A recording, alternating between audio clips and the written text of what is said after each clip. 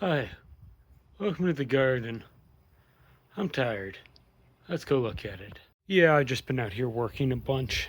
So, tomatoes are continuing, like they're starting to just slightly turn red. So, I'm hoping that by Sunday I'll actually get some fruit off these. I've still been trying to prune it, and as you can see in there, there's still plenty of dead content. Like that needs to come off. And as you can see, I've pulled a lot already. I have had some end rot on some of these tomatoes. So as I find it, I just pull the tomato with end rot off because they'll probably fall eventually. So might as well save the plant some energy and just pull them myself. Okay, let's look at the peppers. Over here on the Thai chilies, this one on the end's kind of a rock star. As you can see, we got peppers everywhere. And a lot of flowers starting to pop up. So none of them have turned red yet, but that's a lot of green peppers that will probably turn red at some point soon. And that is a lot of grass weeds. Weeding is just kind of a constant process. The only reason any of this stuff is as good as it is, I can see a bunch of grass. Anyways, the only reason any of this stuff is anywhere near as good as it is because my wife has been doing a huge amount of work outside. One of those things that you don't see on YouTube videos usually is if you want to have a successful homestead, you need a source of money, a good source of money, like a really nice job, or an okay job. I am a software engineer. Or a lot of these guys that you'll see on YouTube have very successful YouTube channels, which if you look at my subscribers, you can see that I am making a grand total of $0 off YouTube. I'm going to come back out here after the video and rip up some more of these weeds because I got a bunch of grass and other stuff growing there. But anyways, we walk to the end. That bed is basically Thai chilies, and they're starting to look pretty good. I did have one, this pepper, where one branch was just completely dead, so I cut that branch off. That I just ran a trimmer over. The laboyos are coming up. I think these are a Tabasco relative because they grow the peppers straight up. And you can see that one's producing a bunch of peppers. That one's flowers with a few little peppers. I've got a volunteer Swiss chard in the middle of this. And I'm just kind of letting it go. A couple more peppers in there, lots of flowers, more flowers, even more flowers. And an eggplant, which is actually starting to put on flowers. So I might actually get some eggplant off this as a volunteer eggplant. Come over to this bed. We've got the jute. I can't remember what they call it in the Philippines, but basically these things will grow to be about 6 feet tall, and the leaves are edible. They taste very good when boiled in vinegar. Which, honestly, most things would probably taste good boiled in vinegar. So, not a big deal. And another volunteer eggplant coming up in the middle. Yeah, we got grass everywhere. But they're coming up. There's one, there's another. Like, if even a quarter of those survive, we're going to be doing pretty well.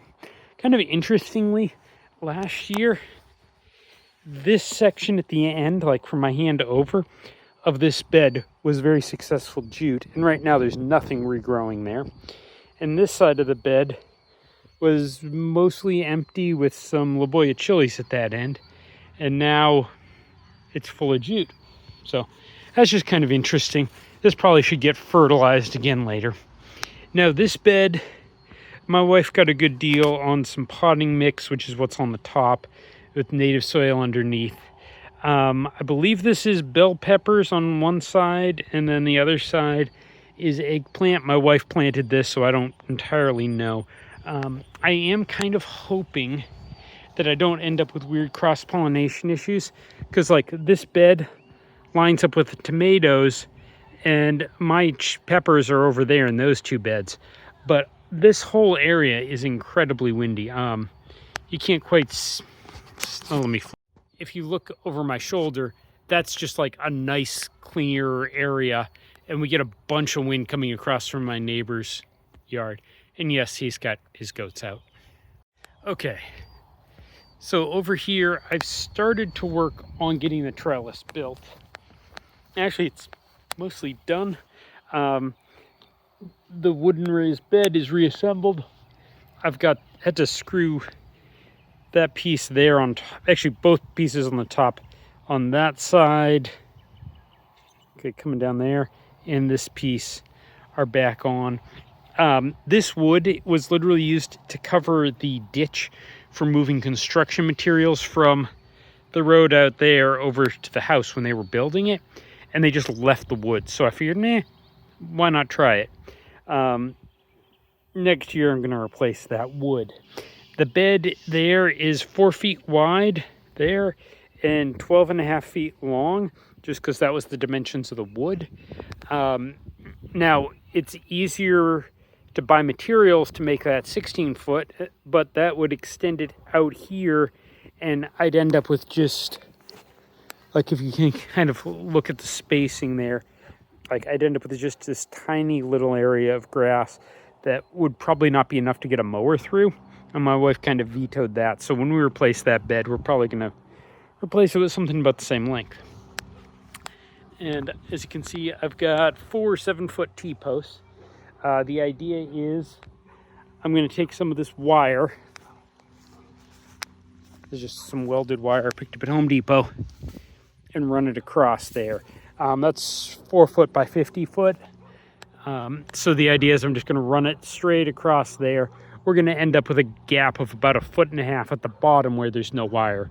But we'll just let the plants come up there and then wind them through the wire. I cut this into, I'm not sure if you can see this on YouTube, but it's basically 16-foot sections. So I've got room if I do extend the bed later. I won't have to buy new wire, but I'm probably just going to wrap that wire around the back and zip tie it. And I'm planning to use these T-post clips to actually hold the wire to the T-post. These are kind of cool, and I got way more than I have a use for last year, so we're just reusing it. And once again, everything here is full of grass. Kind of funny, when I lived in the city, I couldn't get grass to grow, and here in the country, it's everywhere. Okay, let's go say hi to the chickens. So we have another minor annoyance in the chicken coop that might be a problem, might not. I found one egg that was partially bitten into. So I'm not sure if somebody in there is eating eggs. Because it looks like it was like partially open. Okay, girls, don't swarm me. This is the part of the videos where you can just stare at chickens being chickens. Excuse me, excuse me, excuse me. I'm just headed for my chair, excuse me. I'm going to feed him shortly after recording this video. My wife has done a lot of mowing, as you can see outside the window. And the grass clippings ended up in here because these guys like eating them. But I think they got more grass clippings than they know what to do with. So they're still regrowing their feathers now that there's no rooster here. I'm really hoping she's okay. And they seem to have decided I'm the rooster.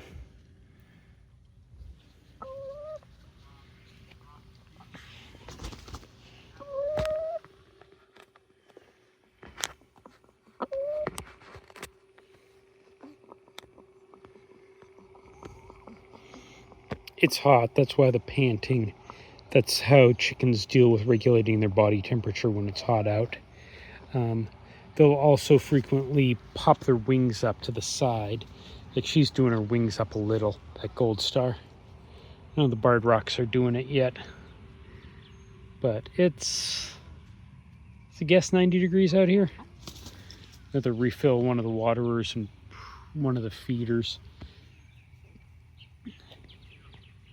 With the water and feed, basically there's two 11-pound feeders, and I'll refill one of those on Wednesday and let the other one go. And then usually Friday I'll refill the other one and refill the other water. But looking at this, that water is still fine. That's the one I refilled. That one I could probably refill. And it looks like the other two feeders are actually pretty full. So these girls have been eating a lot of greens and snacks, which I may cut you guys back on snacks. Because that might be contributing to calcium deficiency and egg eating. They do have free choice calcium oyster shells in there, but they don't seem to be touching it.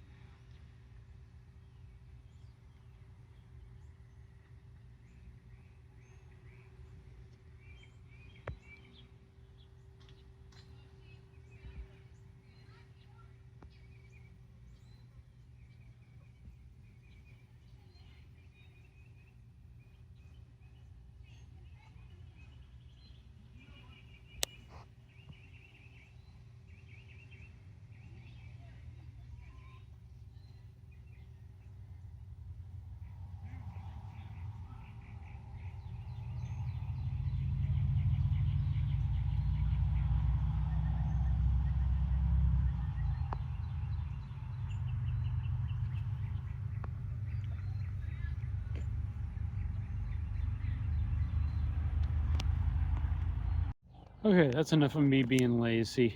I'm gonna go refill the waterer, get everything ready, and hopefully get this video edited and posted before Sabbath. So, as mentioned before, if you're not growing a garden, you probably should be.